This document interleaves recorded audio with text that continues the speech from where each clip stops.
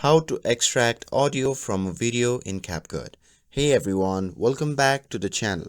In today's video, I'll show you how you can extract audio from video in CapCut.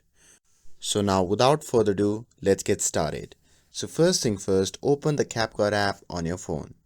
And once you have opened it, simply tap on New Project. Now on the new page, simply select two different videos and tap on Add to bring them into your timeline. And here, once the video is added to your timeline, simply tap on the first video and after that swipe over the options at the bottom until you find the option labeled as extract audio.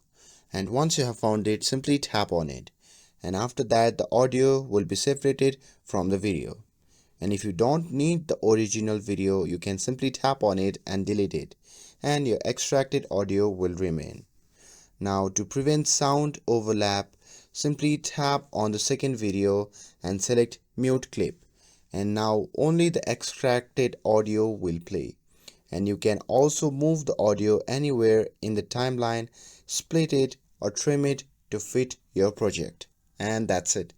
So that's how you can extract audio in CapCut. With this, if you found this video helpful, then don't forget to like, share and subscribe to get updated for more videos. Thanks for watching and I'll see you in the next video.